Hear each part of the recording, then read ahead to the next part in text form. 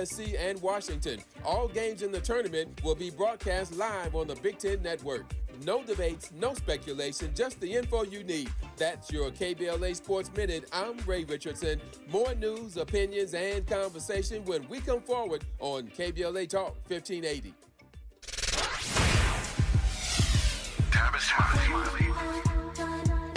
They say time flies when you're having fun.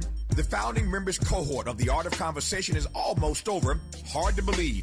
It's been a joy sharing what I've discovered after nearly 40 years of conversations with presidents, cultural icons, and game changers in every field of human endeavor. If you missed the first cohort, the good news is that we're already planning the next one. Now, the seats will be limited, and those on our waiting list will receive exclusive early access and special discounts not available to the general public. So, if you are ready to transform the way you connect, lead, and build trust, do not hesitate. Go to TavishTalks.com and join the waiting list today. That's TavishTalks.com. The next cohort is coming. Make sure you are in the room. I'm Tavish Smiley, and I hope to see you there.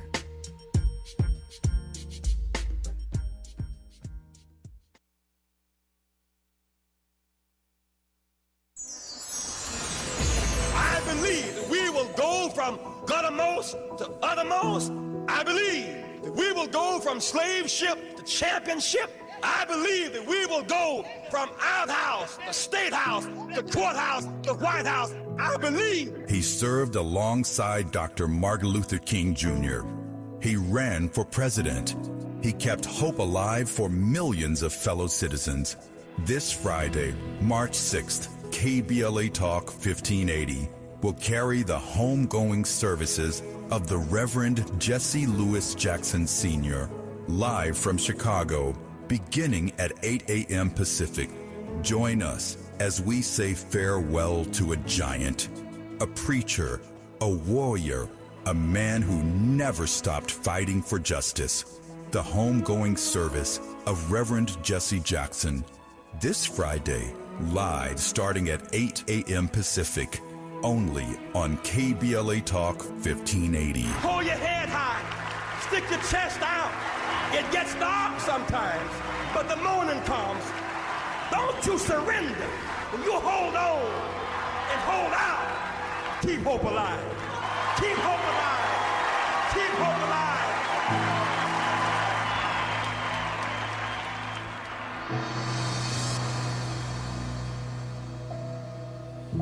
And this is what it feels like.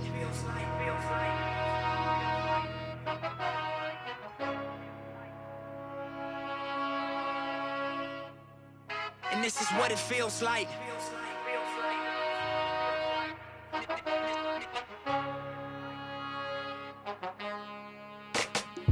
Look, the only reason I survive, cause it's special first. You get successful, then it gets stressful thirst. Gonna test you, see what your texture's worth. Diamonds and pipes, one of them pressure burst. Street, still I get checks and spurts. I'm for peace, but before I get pressed, I murk. Better days pray for, but expecting worse. At this level, boy, I'm just less concerned. Cruising in the six, looking at the proceeds of rap music on my wrist. Drop another mixtape, my booming out this young Malcolm. I'm the leader of the movement out this love. And this is what it feels like. Reach a level, make you question, is it real life? All of good, all of real tight. And the only rule, keep your dollar bills right. What it feels like. Yes, indeed. We are broadcasting from right down the street from the new Nipsey Hussle Square. Man, you know, I have seen so much change in my lifetime in this neighborhood, in this community. That's one of the changes.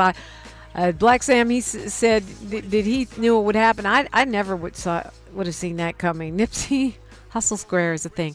We are right down the street. We're broadcasting from there, and we're talking tech this morning.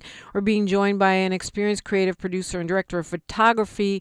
She's got a demonstrated history of working in the entertainment industry, arts design, creative producing, digital marketing, production management, film and TV production, but also she is a member of Tec Leimert. Tec Leimert is a platform to help undervalued talent with exposure to technology, resources for career pathways, support for digital solutions, And they have done a great job also in exposing our community here in South LA to some of the technological advances in entertainment and elsewhere that do impact us, whether we know about it or not. Tec Leimert was created because the founders noticed that technology had revolutionized and disrupted our lives and changed how we consume everything from entertainment to household goods. Paris McCoy, welcome. Good morning. Good morning.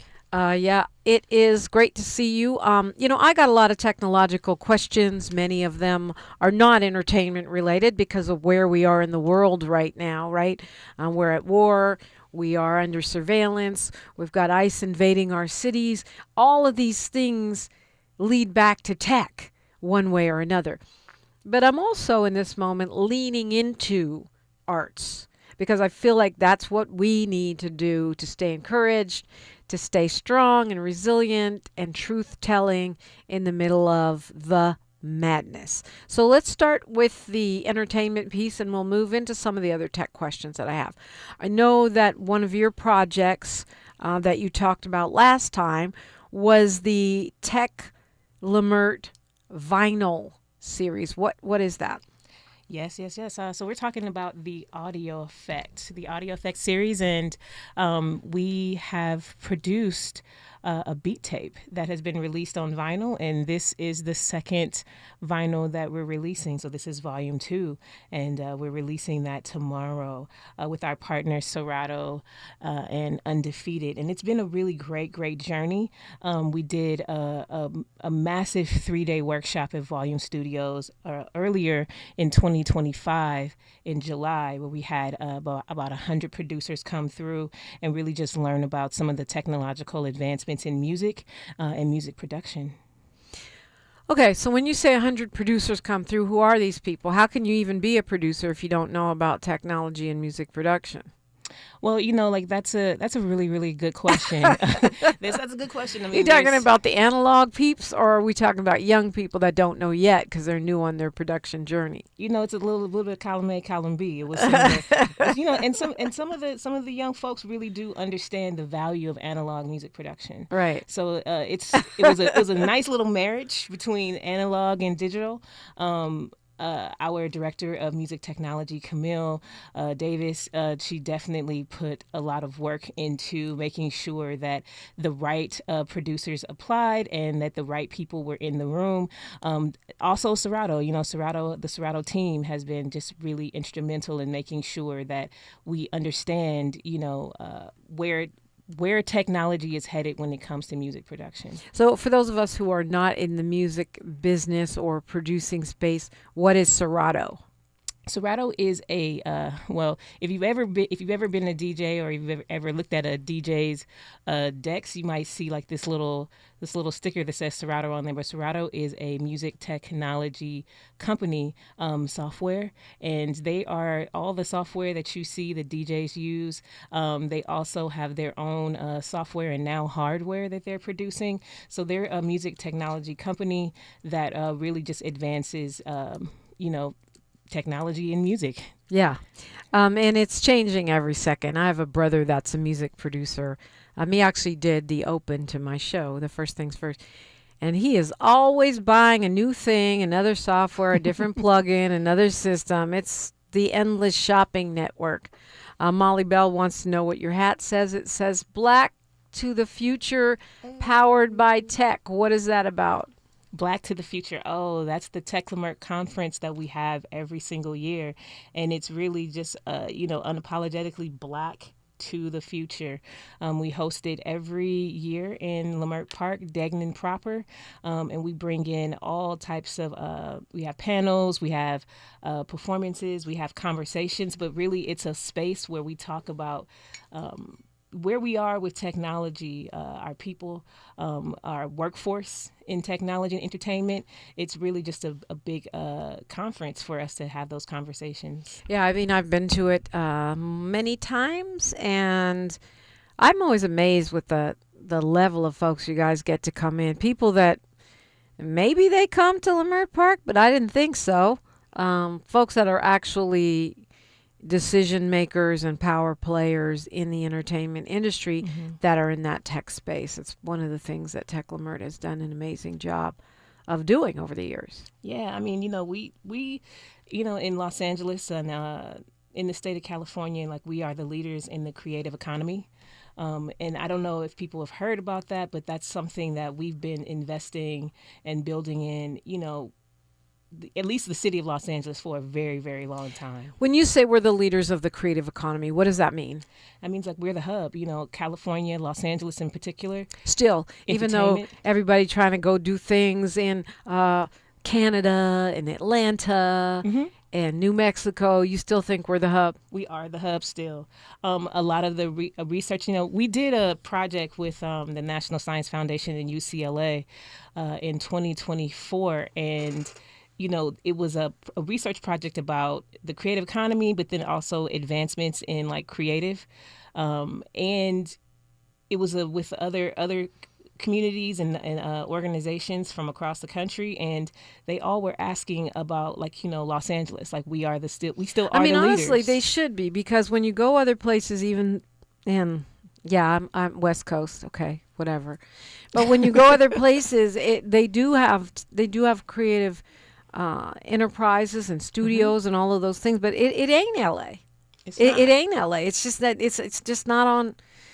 Don't get mad. It's just not on our level. I mean, don't get mad. Or do get mad. Get mad and get creative. But there is something that is just rooted in our DNA in Los Angeles about being very forward thinking when it comes to technology and its intersection with entertainment. Those are two things that's something that I want to make very clear and very important. Yeah, but the problem right now, or the challenge right now, is that what's been a very creative space, the intersection of our intellectual property with our technology, has now become quite a dangerous space as AI eliminates massive numbers of jobs in the entertainment space, probably more than elsewhere. I can't tell you how many commercials I see where it's all AI. There aren't even any real actors or writers or directors. Radio spots, commercials coming in. I'm like, that's an AI voice. Even an AI of a voice that I knew. And to me, they sound whack, but they're very popular and they're much cheaper. And then, we see it. You see it online. All this. Please don't send me any AI babies. I don't want to see AI babies talking. That just ticks me off. It's not cute. They're not real. What makes babies cute is they're actually babies. Anyway, I digress. How is Tec Leimert, or how are you, Paris, like, looking at protecting the creative and the IP piece in the technology now? Because somebody said it so well. AI is just like one big plagiarizer. Aggregator of our ideas, thoughts, and our ideas, work. And just steal it. Yeah. That's how does we're Michelle Obama. They're Melania. Oh, here's the thing about AI. There's a couple of layers where I approach the topic of AI. Right. The first layer is AI is not new. We've been engaging and interacting with AI for a very long time. We just didn't call it that, right? And we maybe shouldn't be calling it that, but that's maybe later in the conversation. It's maybe later in the conversation, but it's something that we've been interacting with for over 10 years. So that's the first approach that I take. And then the second approach that I take, me personally, when I think about AI and, like, image and likeness and things like that, AI will never, it will never be a human. It's not sentient. Now, it's powerful, but it's always where you learn how to interact with it. Yeah, I mean, and we've talked a lot about it, and maybe we'll do a whole show focused on that. Miles is a big user of AI, and I don't have a problem with people using it. I'm not a Luddite, but I am a member of the Screen Actors Guild, and they are taking our jobs. It's happening in real time. This is not speculation. When a commercial is produced with AI, there's no actors, there's no crew. All of those are jobs that are now gone. Lighting people, gaffers, craft services, makeup artists, gone. That's not that's not something we're thinking about. That is what is here right now. It is what is here right now, but I also liken it to like there's been other technological advancements in entertainment that we've had to field and navigate. And the first problem that I see is that when you don't learn how to utilize the technology, when you don't engage with it head on and then say like, okay, when I was doing camera work and filming was becoming very digital, there was a lot of conversation around like certain digital cameras that were being developed. DPs were losing their jobs, were not working, but it was the ones that took it head on and was like, I need to understand this technology. I need to get very deep with the technology, because even with they're making all these AI commercials, but they still need people behind the AI to make it run properly. Like 3 or 4 instead of a crew of 100 people.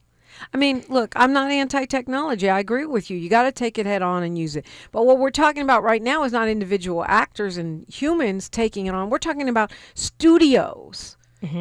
Production companies and studios taking it on in order so that they can save money.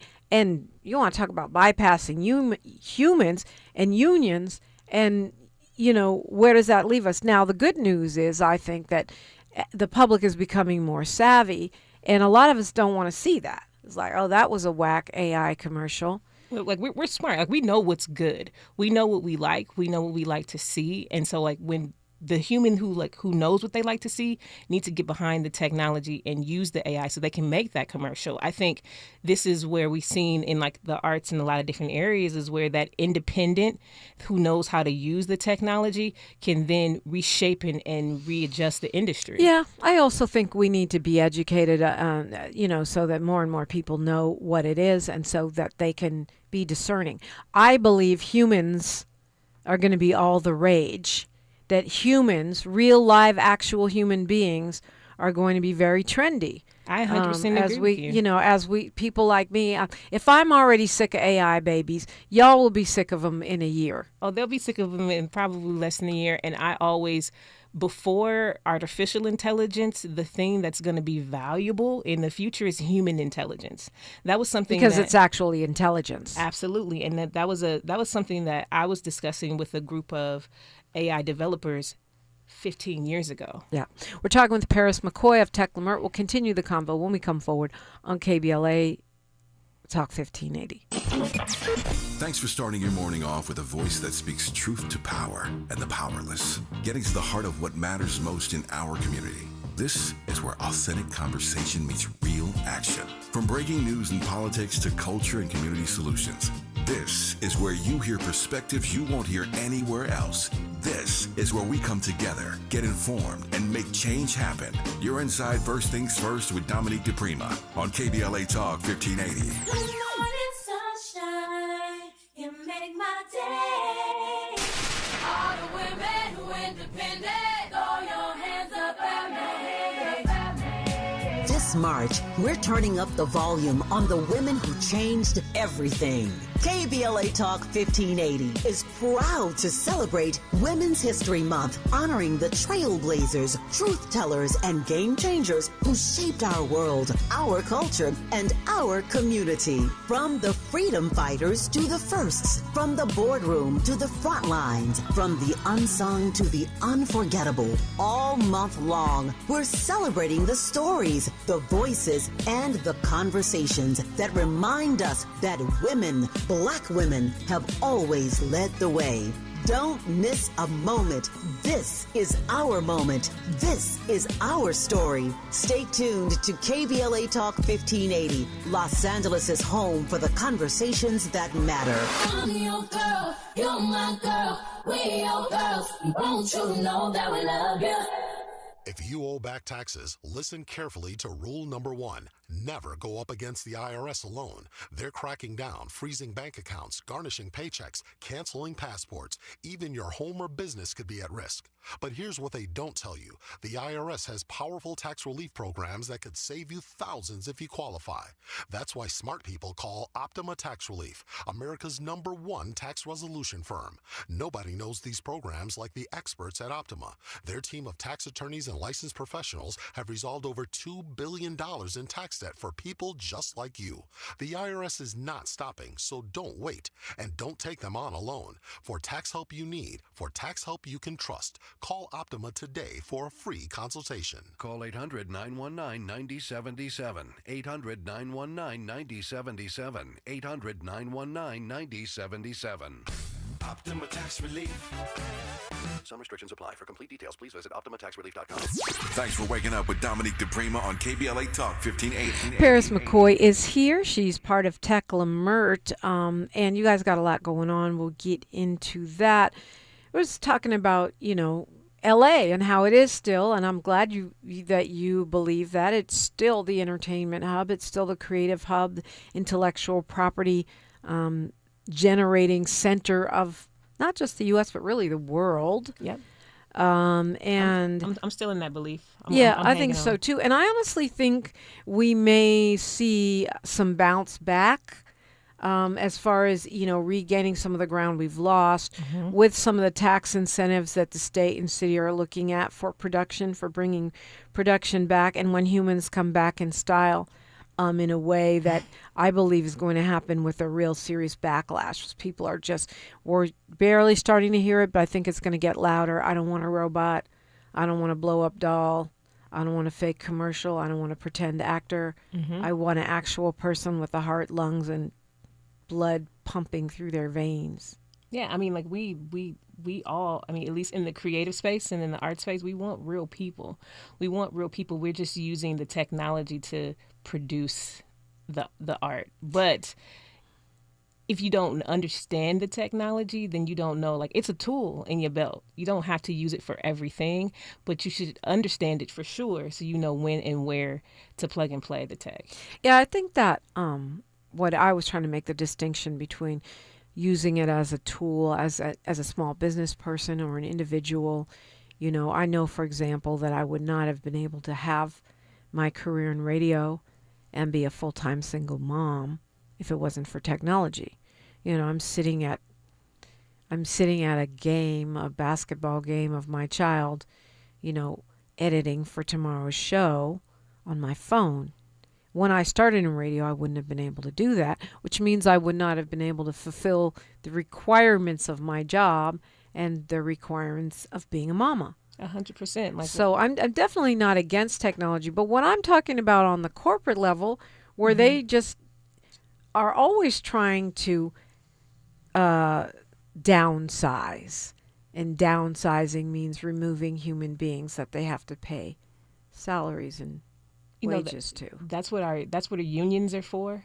That's where we have to look at the economy of entertainment, the economy of the United States. We all are seeing there's downsizing everywhere. It's not just downsizing in, entertainment. It's downsizing across all industries.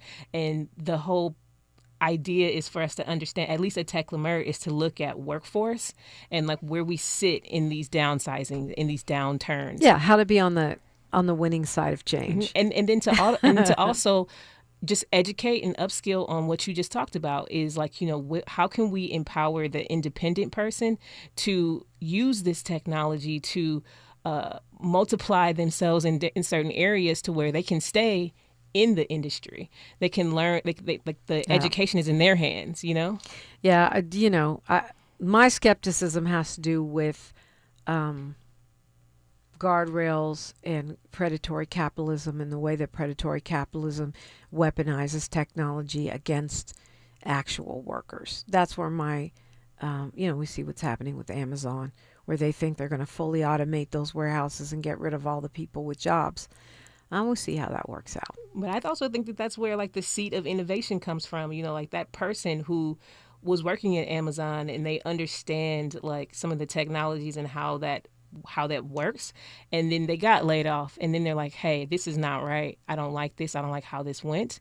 And then they go back and they innovate, and then they figure out something else that's an alternative to what the Amazon is. I'm clear on the fact, Paris, that Just like the internet created a lot of jobs, AI will also create a lot of jobs. I don't know if it's going to be on the scale of the jobs that folks are already losing, but it's definitely going to create opportunities.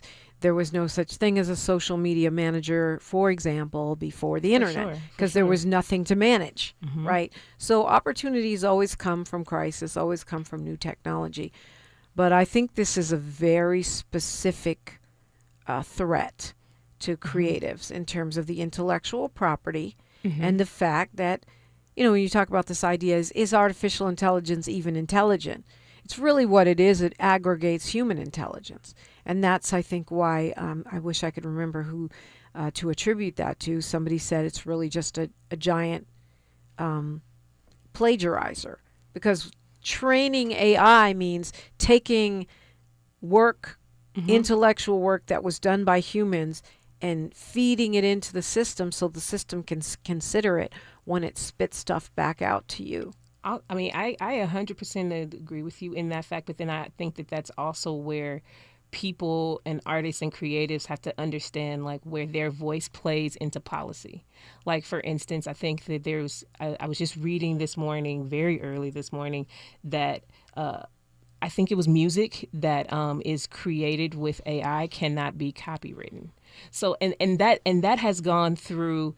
That is what it is today, because artists understand, like, how AI plays into the music making process, and then they're saying, actually, this, and they fought back for that. They fought back for that. They advocated to where, like, you can't copyright this thing. I mean, just Screen Actors Guild, that was some of the big fights that we had, but we didn't get everything we wanted, not even close.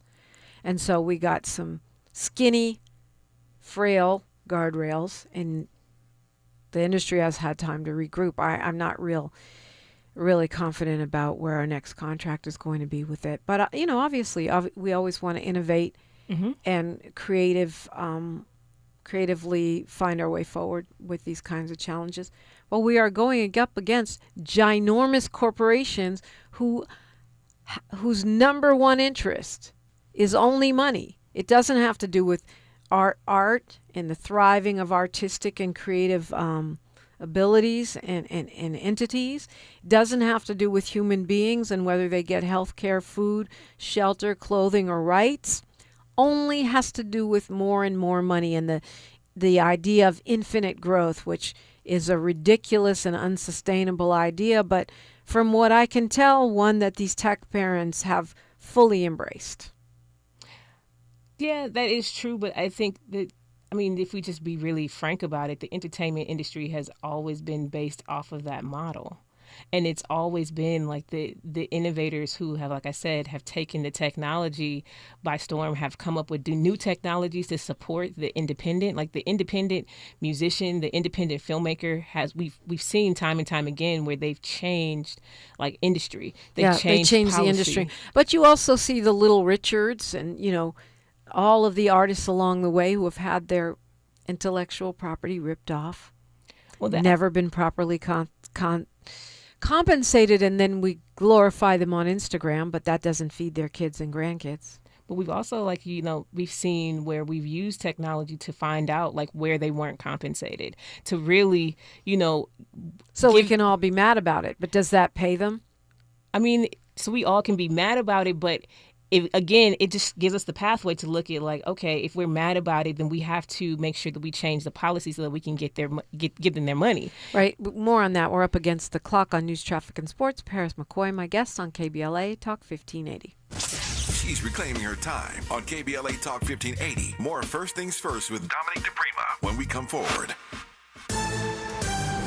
I'm Esther Dillard with BIN News Now. A black dad who lost his son in a drunk driving crash is calling on Maryland lawmakers to stiffen penalties for offenders. Under the bill called Jamari's Law, John Duckett told NBC in Washington the maximum would be doubled to 20 years. It's not a law to send people away for life. It's just a law to get more justice for the family that lost their kids. Prosecutors say Duckett's 18-year-old son, Jamari Duckett, was killed by a drunk driver in 2022 after serving a prior sentence for only 3 years. Meanwhile, the DOJ is expected to extend plea deals to a dozen defendants in the mob-linked poker case also involving NBA players. and several dozen international companies are in Atlanta, Georgia this week to make final World Cup preparations. Critical logistics have been a focus for the 39-day tournament this summer. Get BIN News Now on demand 24/7 on the iHeartRadio app. Now at Big O Tires, for a limited time, get a free tire when you buy 3. That's right, buy 3, get 1 free. Valid on select tires with installation purchase. And synthetic oil changes start at only $39.99. Find your nearest store at BigOTires.com. This is the KBLA Sports Minute with Ray Richardson. The Clippers won their third straight game. They beat the Indiana Pacers Wednesday night 130-107 at the Intuit Dome in Inglewood. 29 points and 8 rebounds for Kawhi Leonard. Darius Garland had 12 points and 8 assists off the bench. It was Garland's first home game for the Clippers since the February 5th trade that brought him to L.A. in exchange for James Harden. Garland had been sidelined for a month with a foot injury. The Lakers are at Denver tonight. The Lakers also have a 3-game winning streak. The Big Ten Conference Women's Basketball Tournament tips off today in Indianapolis. UCLA, the number 2 team in the country, is the number 1 seed in the tournament. The Bruins' first game is Friday at noon local time. They will meet the winner of today's game at noon between USC and Washington. All games in the tournament will be broadcast live on the Big Ten Network. No debates, no speculation, just the info you need. That's your KBLA Sports Minute. I'm Ray Richardson. More news, opinions, and conversation when we come forward on KBLA Talk 1580. I believe that we will go from guttermost to uttermost. I believe that we will go from slave ship to championship. I believe that we will go from outhouse to state house to courthouse to White House. I believe. He served alongside Dr. Martin Luther King Jr. He ran for president. He kept hope alive for millions of fellow citizens. This Friday, March 6th, KBLA Talk 1580 will carry the homegoing services of the Reverend Jesse Lewis Jackson Sr. live from Chicago, beginning at 8 a.m. Pacific. Join us as we say farewell to a giant, a preacher, a warrior, a man who never stopped fighting for justice. The homegoing service of Reverend Jesse Jackson. This Friday, live starting at 8 a.m. Pacific, only on KBLA Talk 1580. Hold your head high. Stick your chest out. It gets dark sometimes, but the morning comes. Don't you surrender. You hold on and hold out. Keep hope alive. Keep hope alive. Keep hope alive.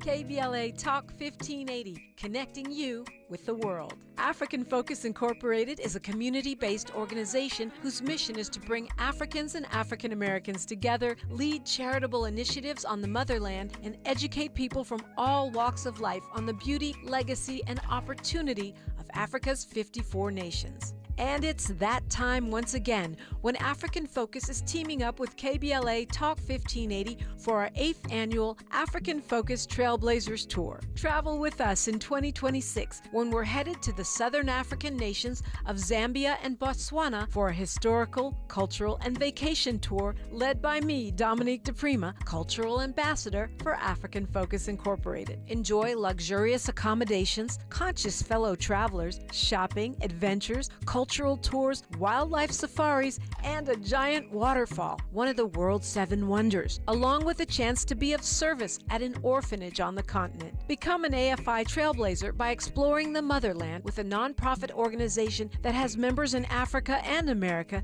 to help roll out the red carpet for you, and together we'll make a difference and have fun doing it. For more information, visit africanfocus.org or call 310-676-7300. That's 310-676-7300 or africanfocus.org. Whether it's stateside or exploring the diaspora, we're with you every step of the way. African Focus and KBLA Talk 1580. Come go with us. We knew you'd stick around. This is LA's home for progressive talk radio. Be heard. Welcome back to KBLA Talk 1580. I got you. Okay, look, I don't know. It's our tech edition of Think Tank Thursday today. I asked y'all how to stop this doggone war. I think we all agree. It's really us, the power of the people. When we put pressure on the politicians, when we put pressure on the media, when we put pressure on the popular culture, the narrative changes. We saw it in 2020. We've seen it time and time and time again. It can't just be Martin Luther King going, we're against this war in Vietnam, and then they bump him off, and then we all get to, make a holiday in his honor, be mad about it. And Paris McCoy is here, and we were talking about things we're mad about in retrospect and whether or not that helps in reference to Little Richard. And he was just an example of the many black artists who have had their publishing taken, their money, their ideas copied and stolen. And so I guess you could say not only is AI not new, the plundering of black intellectual property is not new. I think AI probably makes it easier and more efficient. But you were saying, and we had to go to news, traffic, and sports, so I wanted to let you finish your point about that. I was saying that, it just as much as technology or AI can extract, I feel like the independent artist is super genius, and they can also utilize this technology to protect, but they got to understand it, and they got to understand where they want to use this technology. And I think that policy is going to become a big part of these conversations. If the artists stay out of the policy conversation, this extraction, this taking of black creativity, black money, is going to continue to happen. You got to get into the policy conversation about, how this technology is impacting our art and our work. And somebody, and hopefully Tec Leimert is doing it, I don't know, somebody's got to educate the lawmakers too, because very few of them know their elbow from their knee when it comes to technology. And just the conversations I've had, I go, uh-oh, because, I happen to be the mama of a Gen Z tech head who just looks at me so exasperated and go, Mom, why don't you get it? I'm not a digital native, homie. Why don't you get how to do taxes? But yes, you are the IT department. What do you get in exchange for it? Food, clothing, and shelter. Do the work. It's terrible, I know, and exploitative of me. But my point is, I am to a lot of these lawmakers what my child is to me, and that worries me. Who is educating the lawmakers about the tech? Who's educating the lawmakers about the tech? There are tech creators who are black, who are at the table and at these conversations. There are organizations like Tec Leimert that are putting more work into the advocacy of understanding, like, the technology, what it looks like. So I think that there are people out there, and there's a lot of researchers that are educating the policymakers. Like I said, we did a project with the National Science Foundation. That's a lot of research. That's a federal research entity, that is trying to do this work, trying to educate the policymakers. But there needs to be more organizations, and Tec Leimert is definitely is planning and looking to take further steps in making sure that these policymakers are educated about how technology impacts our industries. I am laughing because Reddy Samedi says those IT jobs pay a lot of money. Yeah, well, food, shelter, and clothing for a teenager costs a lot of money too. So I think it evens out. I'm just saying. But look, when we talk about policy, this is playing out in a big picture way in the Pentagon right now. The Pentagon and the Fox News, the guy we call Whiskey Pete, who calls himself the Secretary of War, the Secretary of Defense, said he was banning Anthropic, that, they were negotiating with them. I guess they use this technology called Claude in the Defense Department quite a bit. He was talking about banning them from all government contracts, which is wild. And I'm not really quite understanding what's going on here. Why is Anthropic pushing back on the Pentagon? Why is OpenAI now stepping into that space? And why is the Pentagon now circling back after they said they were going to ban Anthropic and they're back at the table? You know, this is a conversation that I just had with some friends and some peers who are working in agentic AI. Last night we were debating this exact situation. Half of our class was OpenAI, and then half of our class was Anthropic, and we were discussing and defending the decisions that both companies made in this situation. And, you know, I was on the side of OpenAI, and in my particular group, I couldn't 100% defend the choice that OpenAI made. And, you know, Anthropic, you know, basically said, you know, very simply, no, you're not going to use our technology to survey, to surveillance people, to use it at your free will to do whatever you want with this agentic AI. It sounded like they wanted some guardrails around privacy. Is that what it is? Right. Because I mean, like, you know, like with agentic AI, you know, that's a lot of what people put into agentic AI. You're basically making AI agents in the form of yourself, and they operate and they work on behalf of you in the virtual and digital like spaces. Avatars, pretty much. Yeah. But it's very, I mean, and it's a very, you know, when you talk about, like, you know, AI getting very dangerous, if agentic AI and Anthropic knows, if this technology gets into the wrong hands, it can do a lot of damage. And Pete Hegseth is the wrong hands. I mean, this is me speaking, not Tec Leimert. But you don't have to be a rocket scientist to figure that out. You don't want a drunk guy with no experience from Fox News having control over something with potentially disastrous global consequences. So Anthropic was apparently trying to put some kind of guardrail there. Yeah. OpenAI stepped in and said, we'll take the deal. Yep. And they claimed that they had some guardrails in place. But they weren't in there at first. And then they came back because people were like, hold on. And they were like, oh, we'll get these things in there. OpenAI's stance, from my opinion in looking at the situation, was that they just wanted to have a seat at the table. Yeah, they want money. I mean, and they were like, if we don't support this with the federal government, then maybe another country could come in and, you know, do all this AI work with our government. Right. Yeah, but then really into that. There was this. There's a memo now. The New York Times is reporting on a memo from the Anthropic. Is the CEO? Mm-hmm, yeah, Dario Amodei. Is that how you say his name? Mm-hmm. There's a memo where he says that the company is being targeted by the Pentagon because, quote, we haven't donated to Trump and we haven't given dictator-style praise to Trump, while Sam, referring to the OpenAI CEO, has.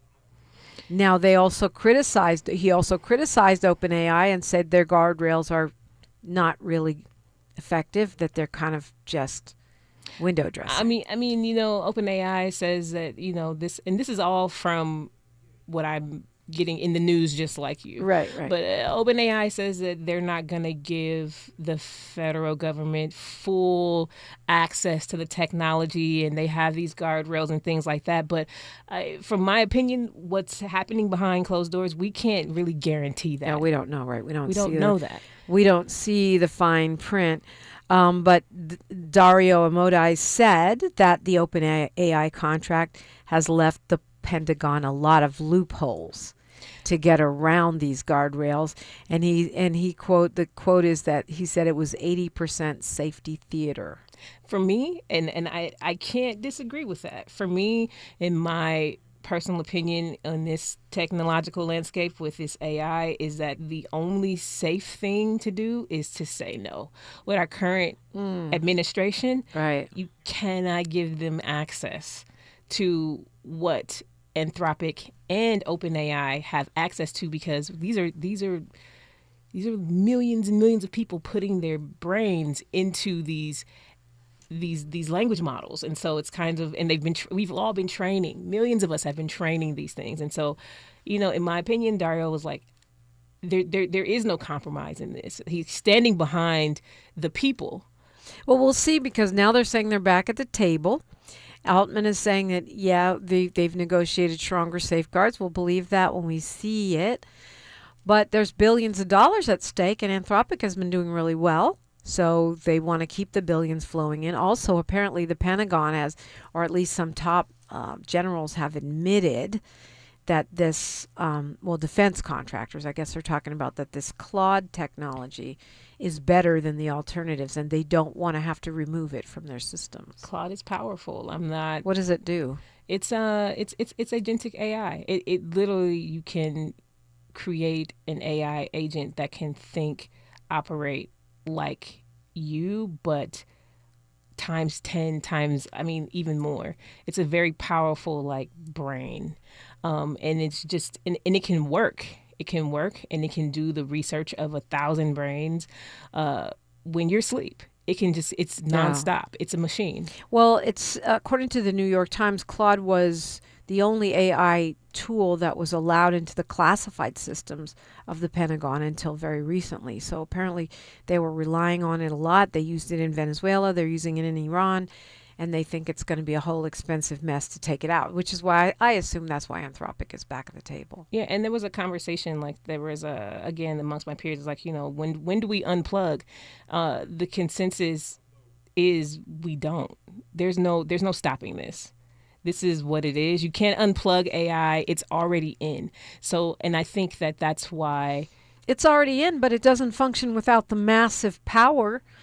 So, when do we unplug AI? When we ruin the planet? When we have no more power grid? When we, when we have no more drinking water? There's a lot of things that go into it. Yeah. And the president supposedly has made a deal with these big tech guys that are pledging that they're going to pay for all of this electricity that is demanded by AI. And I call BS. No, you're not. I agree. Just like you're going to protect our kids from your algorithms? No, you're not. Left to your own devices, we're supposed to believe that? Right. Okay.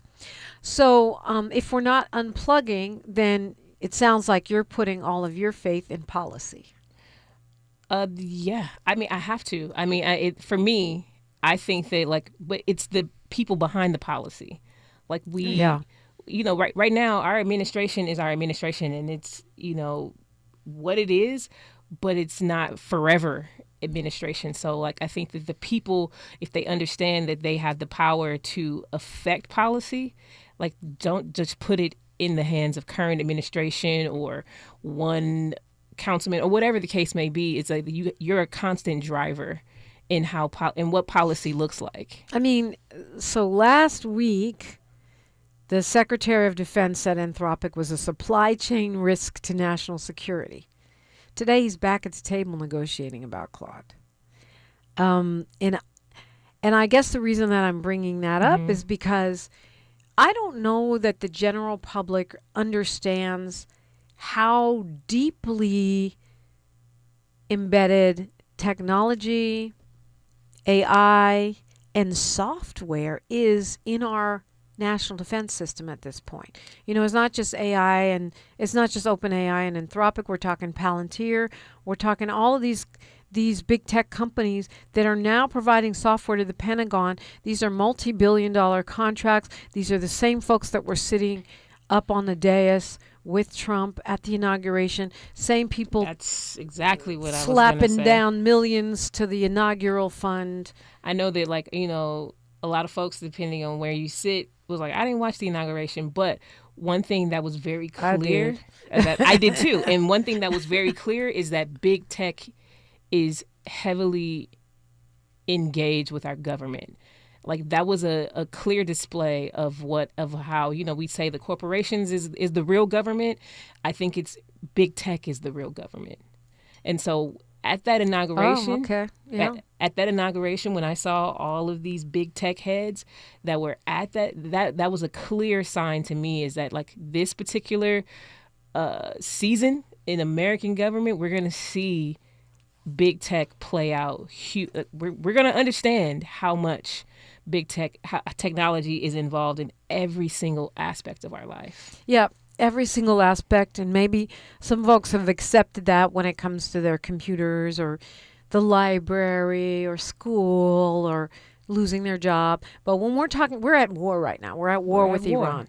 And the way that we do war now involves a lot of technology, a lot of AI, a lot of software, and these software systems can move faster than the human mind. Yep. Even though I think they're copying the human mind, I don't think they're truly intelligent. But the models can move at lightning speed. So, I mean, when I think about glitches, and when I think about, I love technology, but when it goes left, we all know it goes left. Mm-hmm. And the idea that software glitch could wipe out an entire country or city, that is concerning.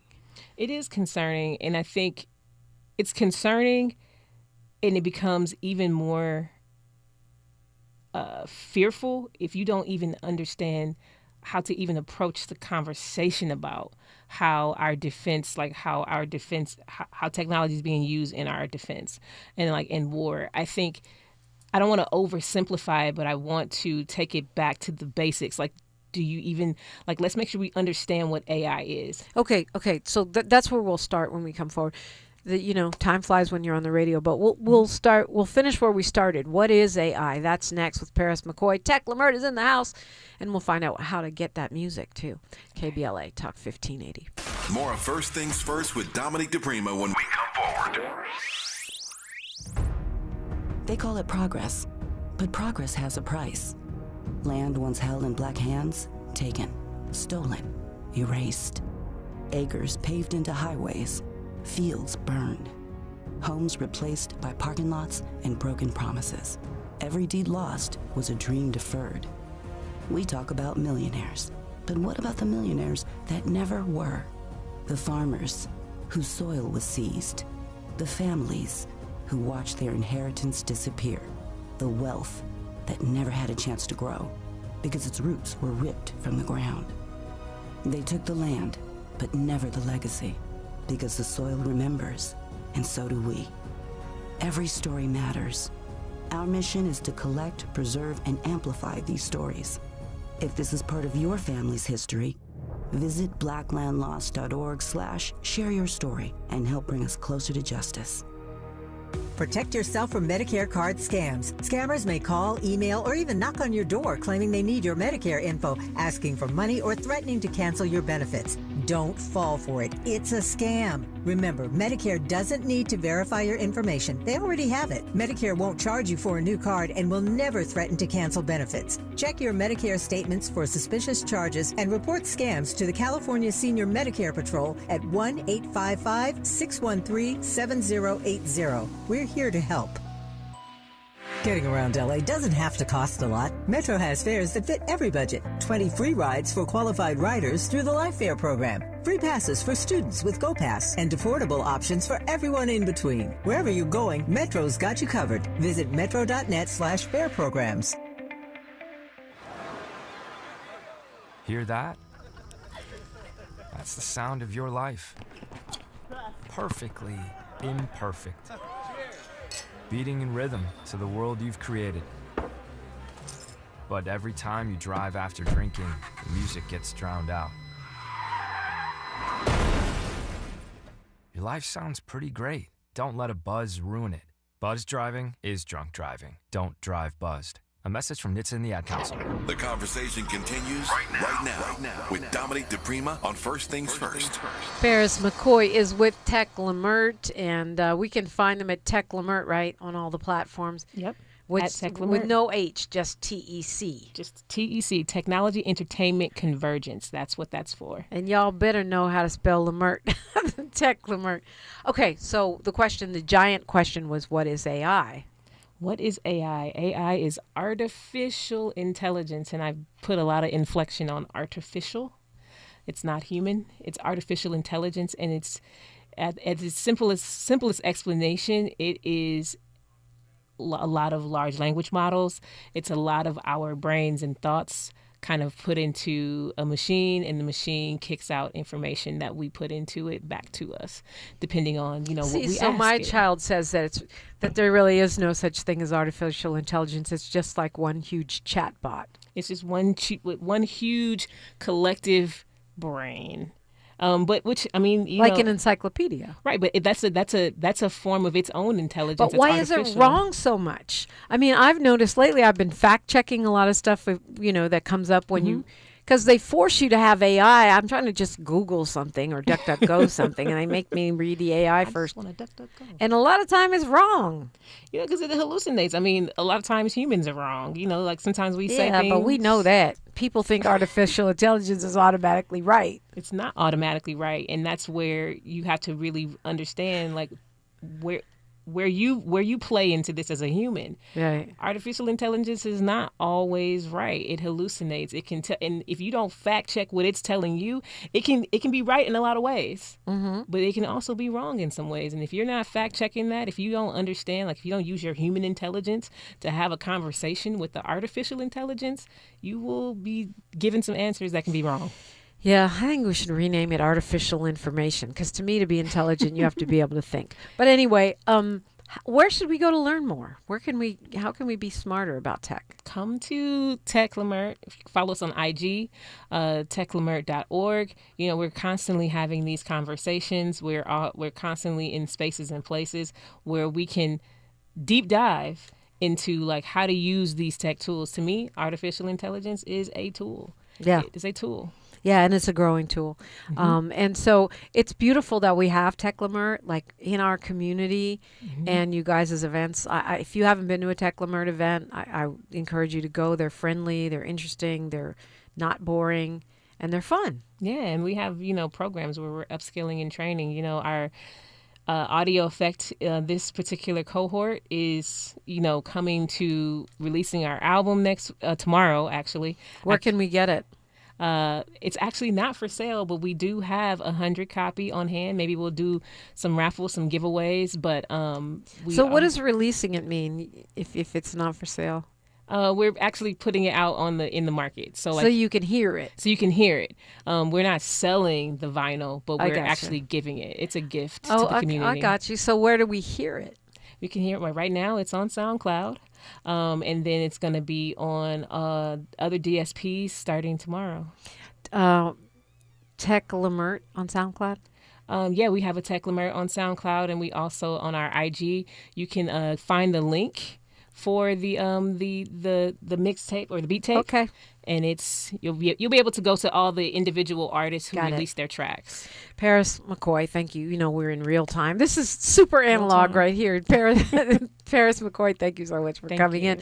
Tavis Smiley's up next. He's around the corner walking down the hall, and he's got an amazing show on deck for you today. I'm Dominique DePrima. You know that. You can find me at DePrima Radio, DIPRIMA, and then radio. If you want to DM me, go to Instagram. I'm locked out of Facebook DMs, and there's just way too many of them. Anyway, like my mama used to say, history is now. Like I always say, we're making it together. Until tomorrow, one love. KBLA 1580 Santa Monica. I'm Esther Dillard with BIN News Now. A black dad who lost his son in a drunk driving crash is calling on Maryland lawmakers to stiffen penalties for offenders. Under the bill called Jamari's Law, John Duckett told NBC in Washington the maximum would be doubled to 20 years. It's not a law to send people away for life. It's just a law to get more justice for the family that lost their kids. Prosecutors say Duckett's 18-year-old son, Jamari Duckett, was killed by a drunk driver in 2022 after serving a prior sentence for only 3 years. Meanwhile, the DOJ is expected to extend plea deals to a dozen defendants in the mob-linked